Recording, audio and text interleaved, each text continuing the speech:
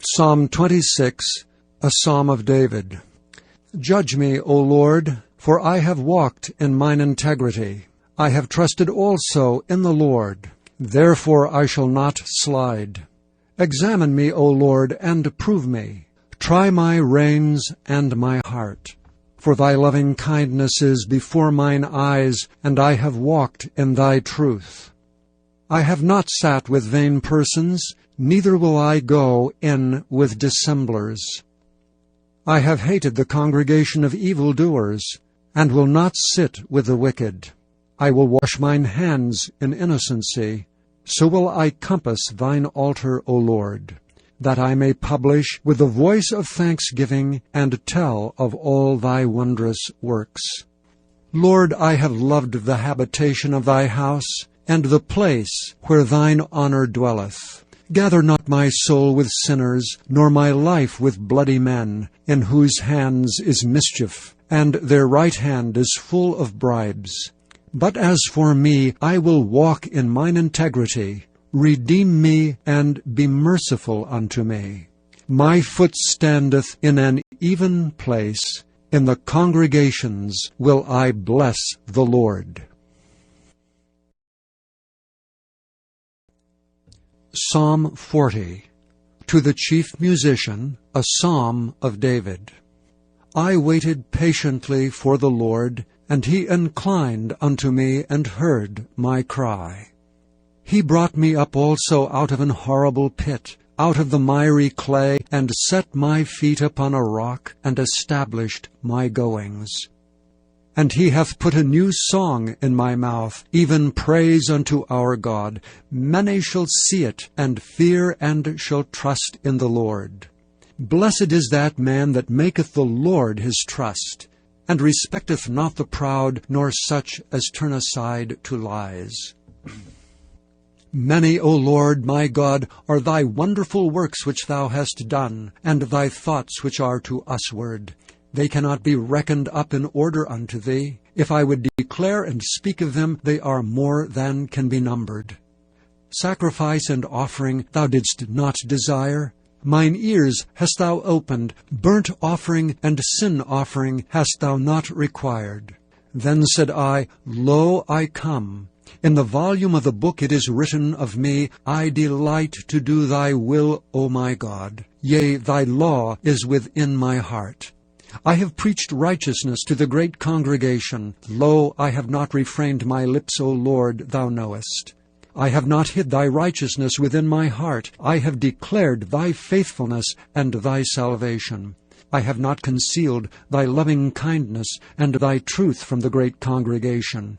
Withhold not thou thy tender mercies from me, O Lord. Let thy loving kindness and thy truth continually preserve me. For innumerable evils have compassed me about. Mine iniquities have taken hold upon me, so that I am not able to look up. They are more than the hairs of mine head. Therefore my heart faileth me.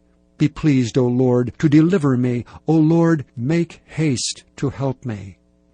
Let them be ashamed and confounded together that seek after my soul to destroy it. Let them be driven backward and put to shame that wish me evil. Let them be desolate for a reward of their shame that say unto me, Aha, aha. Let all those that seek thee rejoice and be glad in thee. Let such as love thy salvation say continually, The Lord be magnified. But I am poor and needy, yet the Lord thinketh upon me. Thou art my help and my deliverer. Make no tarrying, O my God. Psalm 58. To the chief musician, Altaschith, Mitchem of David. Do ye indeed speak righteousness, O congregation? Do ye judge uprightly, O ye sons of men? Yea, in heart ye work wickedness, ye weigh the violence of your hands in the earth. The wicked are estranged from the womb. They go astray as soon as they be born, speaking lies. Their poison is like the poison of a serpent. They are like the deaf adder that stoppeth her ear, which will not hearken to the voice of charmers, charming never so wisely. Break their teeth, O God, in their mouth. Break out the great teeth of the young lions, O Lord. Let them melt away as waters which run continually. When he bendeth his bow to shoot his arrows, let them be as cut in pieces. As a snail which melteth, let every one of them pass away, like the untimely birth of a woman, that they may not see the sun. Before your pots can feel the thorns, he shall take them away as with a whirlwind, both living and in his wrath. The righteous shall rejoice when he seeth the vengeance. He shall wash his feet in the blood of the wicked. So that a man shall say, Verily there is a reward for the righteous. Verily he is a God that judgeth in the earth. Psalm 61. To the chief musician, upon Nagina, a psalm of David. Hear my cry, O God, attend unto my prayer. From the end of the earth will I cry unto thee, when my heart is overwhelmed. Lead me to the rock that is higher than I. For thou hast been a shelter for me, and a strong tower from the enemy. I will abide in thy tabernacle forever. I will trust in the covert of thy wings. Selah. For thou, O God, hast heard my vows. Thou hast given me the heritage of those that fear thy name. Thou wilt prolong the king's life, and his years as many generations.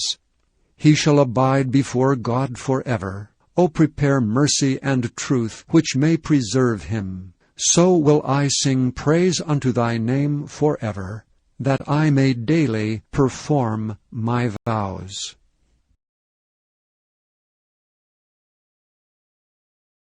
The second book of Samuel, chapter 18. And David numbered the people that were with him, and set captains of thousands, and captains of hundreds over them. And David sent forth a third part of the people under the hand of Joab, and a third part under the hand of Abishai the son of Zeruiah, Joab's brother, and a third part under the hand of Ittai the Gittite. And the king said unto the people, I will surely go forth with you myself also. But the people answered, Thou shalt not go forth. For if we flee away, they will not care for us, neither if half of us die will they care for us. But now thou art worth 10,000 of us. Therefore now it is better that thou succor us out of the city. And the king said unto them, What seemeth you best I will do. And the king stood by the gate side, and all the people came out by hundreds and by thousands. And the king commanded Joab and Abishai and Ittai, saying, Deal gently for my sake with the young man, even with Absalom. And all the people heard when the king gave all the captains charge concerning Absalom. So the people went out into the field against Israel, and the battle was in the wood of Ephraim, where the people of Israel were slain before the servants of David. And there was there a great slaughter that day of 20,000 men. For the battle was there scattered over the face of all the country, and the wood devoured more people that day than the sword devoured. And Absalom met the servants of David, and Absalom rode upon a mule, and the mule went under the thick boughs of a great oak, and his head caught hold of the oak, and he was taken up between the heaven and the earth, and the mule that was under him went away. And a certain man saw it, and told Joab, and said, Behold, I saw Absalom hanged in an oak. And Joab said unto the man that told him, And behold, thou sawest him, and why didst thou not smite him there to the ground? And I would have given thee 10 shekels of silver and a girdle. And the man said unto Joab, Though I should receive 1,000 shekels of silver in mine hand, yet would I not put forth mine hand against the king's son.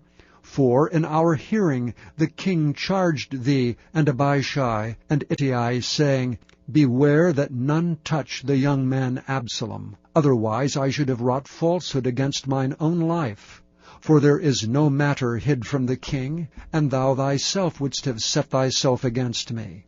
Then said Joab, I may not tarry thus with thee. And he took 3 darts in his hand, and thrust them through the heart of Absalom, while he was yet alive in the midst of the oak. And 10 young men that bare Joab's armor compassed about, and smote Absalom, and slew him. And Joab blew the trumpet, and the people returned from pursuing after Israel, for Joab held back the people. And they took Absalom, and cast him into a great pit in the wood, and laid a very great heap of stones upon him. And all Israel fled every one to his tent. Now Absalom, in his lifetime, had taken and reared up for himself a pillar, which is in the king's dale, for he said, I have no son to keep my name in remembrance. And he called the pillar after his own name, and it is called unto this day Absalom's place. Then said Ahimaaz the son of Zadok, Let me now run, and bear the king tidings, how that the Lord hath avenged him of his enemies. And Joab said unto him, Thou shalt not bear tidings this day, but thou shalt bear tidings another day. But this day thou shalt bear no tidings, because the king's son is dead. Then said Joab to Cushai, Go tell the king what thou hast seen. And Cushai bowed himself unto Joab, and ran. Then said Ahimaaz the son of Zadok yet again to Joab, But howsoever let me, I pray thee, also run after Cushai. And Joab said, Wherefore wilt thou run, my son, seeing that thou hast no tidings ready? But howsoever, said he, let me run. And he said unto him, Run. Then Ahimaaz ran by the way of the plain, and overran Cushai.